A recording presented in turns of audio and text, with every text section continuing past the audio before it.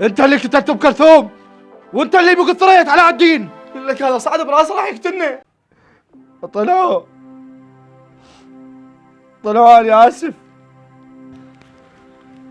استاذ حاكم، ما سيطرت على اعصابي. الى متى؟ الى متى هذا الاستهتار بالمكان والموجودات؟ المهم طلعنا سلامات يا معودين. ايش سويت يا حاكم؟ اقصد عمي حاكم.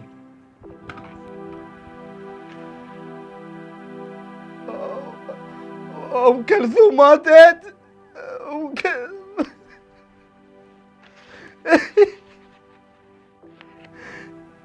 ثريت علاء الدين. لا ام كلثوم ما ماتت. حبيت اطمنكم، ام كلثوم عندها حفله بنادي السابقون وانتم لاحقون ان شاء الله. انت صدق بلا ذوق واحساس. انت قتلت ام كلثوم. يا ام كلثوم. لا، وانا جلال الزين شايفه مرتين. استاذ حاكم اهدى، شنو اللي صار؟ ثريت علاء الدين وين؟ طلعها حرامي. وين الكهرباء؟ شو اسوي بالثريا؟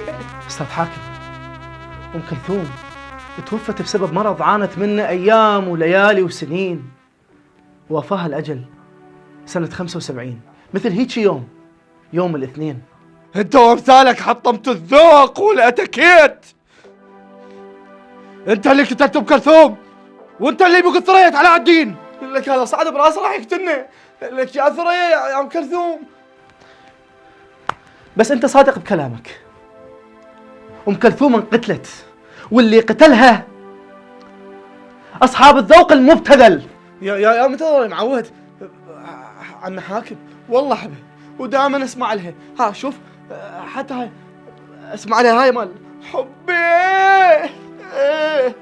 هاي لا واحد. هاي شوف حتى مطلعها.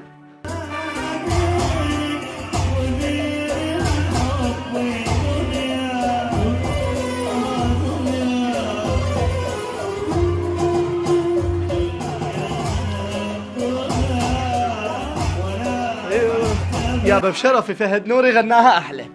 لك يا ام كلثوم، يا ام كلثوم، وقف. نعنع على والدي يا كذيب.